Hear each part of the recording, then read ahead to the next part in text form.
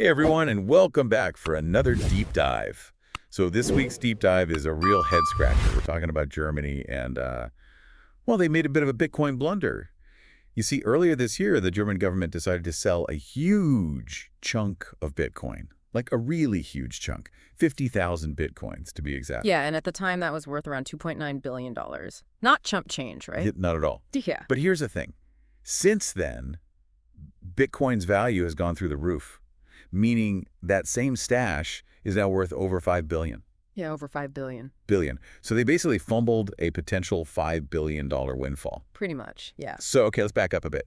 Where did Germany get all this Bitcoin in the first place? Well, it's a pretty wild story, actually. It all started with this illegal movie streaming website called Movie 2K. Movie 2K. Yeah, kind of like a Napster for movies. Anyway, German authorities shut it down back in January 2024. And in the process, they seized all these Bitcoin. So they've been sitting on this crypto gold mine for how long? Well, they actually held on to the Bitcoin for over 10 years. 10 years. That's like an eternity in the crypto world. I know, right? It's a pretty unusual move, especially considering how volatile the market can be. I mean, it makes you wonder what their thinking was.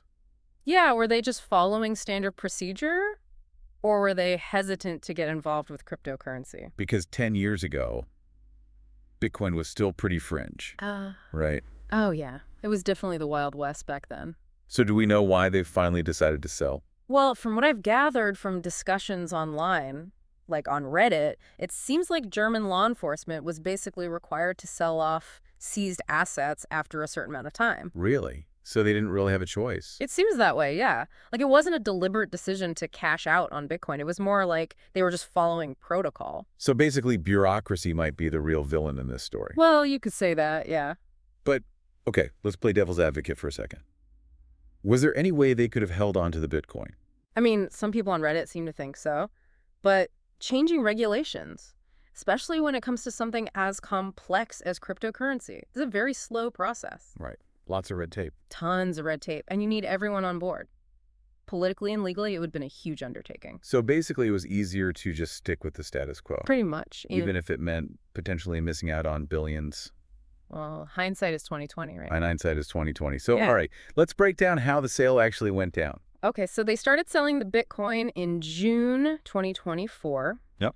And they wrapped it all up by early July. Okay, July 2024. And what was the market doing at that time? Well, this is where it gets really interesting. Bitcoin's price was kind of flat during that period. It was hovering around $30,000. Right. And then right after they finished selling, It took off. yeah, it shot up like a rocket. Talk about bad timing. Oh, yeah. Some people in the German government were probably feeling a little sick to their stomachs after that. I bet.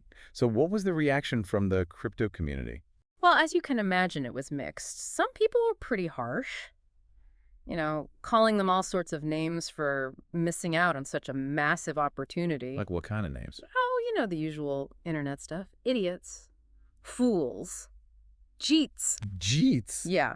But others were more understanding. They argued that Germany was just following the rules, that they weren't equipped to handle something like this. Right. They weren't exactly set up to be crypto whales. Exactly. It's like they accidentally stumbled upon a treasure chest. And then they had to follow some ancient map to figure out what to do with it. And the map said sell. Yep, the map said sell. Even if the treasure turned out to be way more valuable than they initially thought. Exactly. It's been kind of ironic considering they've been making moves to embrace Bitcoin recently.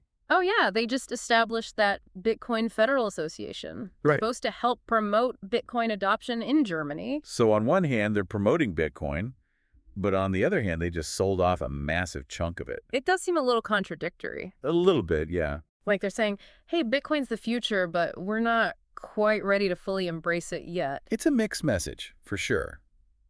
But I guess it highlights something pretty important about the whole crypto world.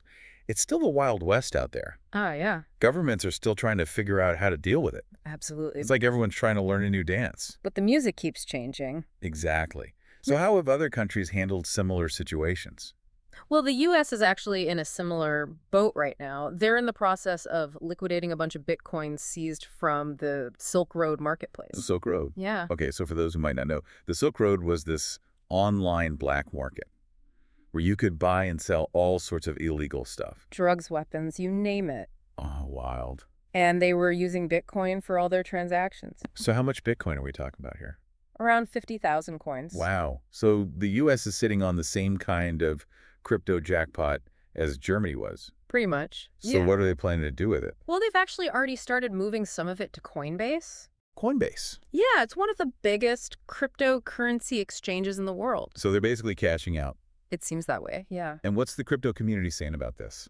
Well, some people are pretty upset. They think the U.S. government should hold on to at least some of the Bitcoin, given its potential for long-term growth. Yeah, I could see that. It's like they're saying, hey, you guys are missing the bigger picture here. So it seems like governments around the world are still struggling with this whole to hold or to sell dilemma when it comes to Bitcoin. Yeah, it's a tough call.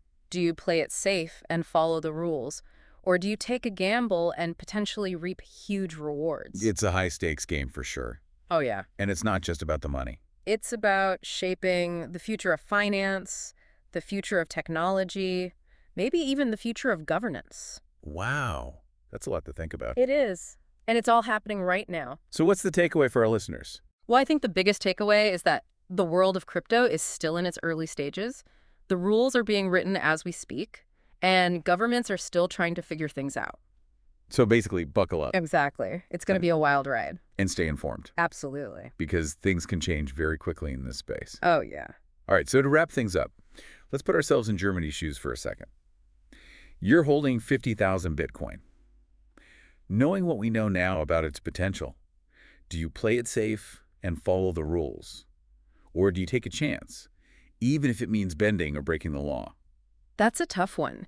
It really highlights the tension between following established procedures and seizing new opportunities. Right, because what seems like a responsible decision at one point in time could look like a blunder in retrospect. Exactly. Those decisions have huge implications. Not just for governments, but for entire economies and societies. It is wild. This digital currency born out of the internet is forcing governments to rethink their entire financial playbook. And it's not just about financial gains or losses. It's about shaping the future. The future of finance, the future of technology, even the future of governance. These decisions are setting precedents for how we interact with cryptocurrencies for years to come. Well said. This has been a fascinating deep dive into Germany's Bitcoin roller coaster ride. And it's a story that really makes you think.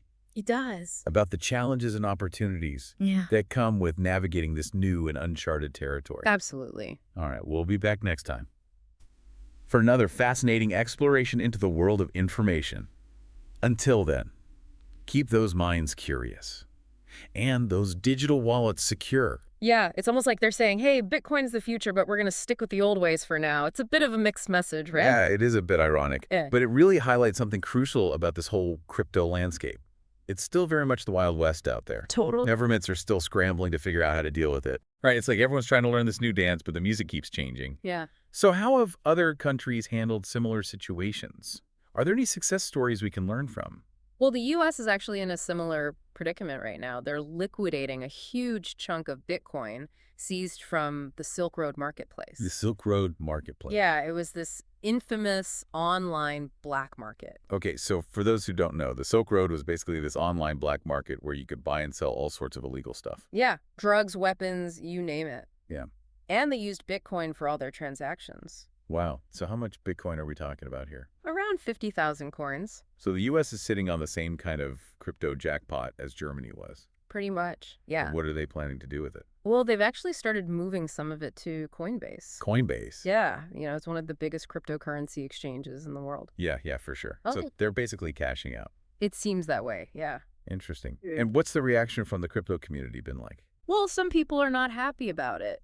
They argue that the U.S. government should hold on to at least some of the Bitcoin, because of its potential for long-term growth. Yeah, that makes sense. It's like they're saying, hey, you guys are missing the bigger picture here. So it seems like governments around the world are still wrestling with this to hold or to sell dilemma. Absolutely. And there's no easy answer. Nope. It's a high-stakes game with potentially huge implications. And it's not just about the money. This is about shaping the future of finance, the future of technology, maybe even the future of governance. Wow, that's a lot to unpack. It is. So what's the key takeaway here for our listeners? Well, I think the biggest takeaway is that the crypto world is still in its early stages. The rules are still being written. Right, it's like the Wild West. Exactly. Anything could happen. And governments are still trying to figure things out. So basically, buckle up. Yeah, buckle up and stay informed. Stay informed because things can change really quickly in this space. They can, and they do. All right, so to wrap things up, let's imagine for a second that we're in Germany's shoes. We're holding 50,000 Bitcoin, knowing what we know now about its potential. Do we play it safe and follow the rules? Or do we take a gamble, even if it means bending or breaking the law? That's a really tough question. It really highlights the tension between following established procedures and seizing new opportunities. Totally, because what might seem like a responsible decision at one point in time could end up looking like a huge mistake in retrospect. Exactly. And these decisions have massive implications. Not just for governments, but for entire economies and societies. It's wild to think about. It is. This digital currency, born out of the internet, is forcing governments to completely rethink their financial playbook. It really is. And it's not just about financial gains or losses. It's about shaping the future. The future of finance, the future of technology, even the future of governance. These decisions that are being made right now are setting precedents for how we interact with cryptocurrencies for years to come. It's pretty mind-blowing when you think about it. It is. So what are some of the key takeaways you hope our listeners are walking away with today? Well, first, I hope they have a better understanding of just how complex this whole thing is. I mean, governments are dealing with a lot here.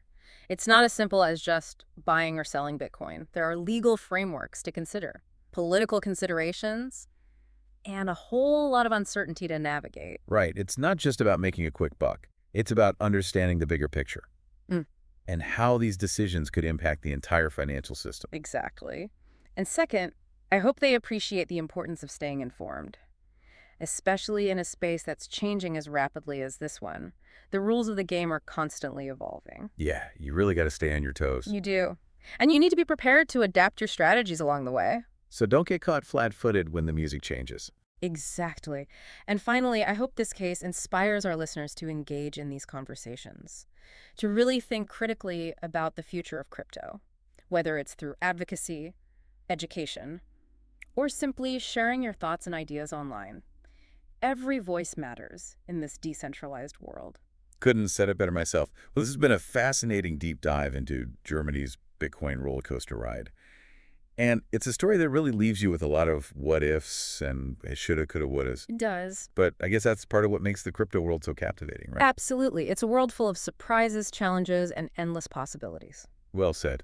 Thanks for joining us on this deep dive into Germany's Bitcoin roller coaster ride. We'll catch you next time for another fascinating exploration into the world of information. Until then, keep those minds curious and those digital wallets secure.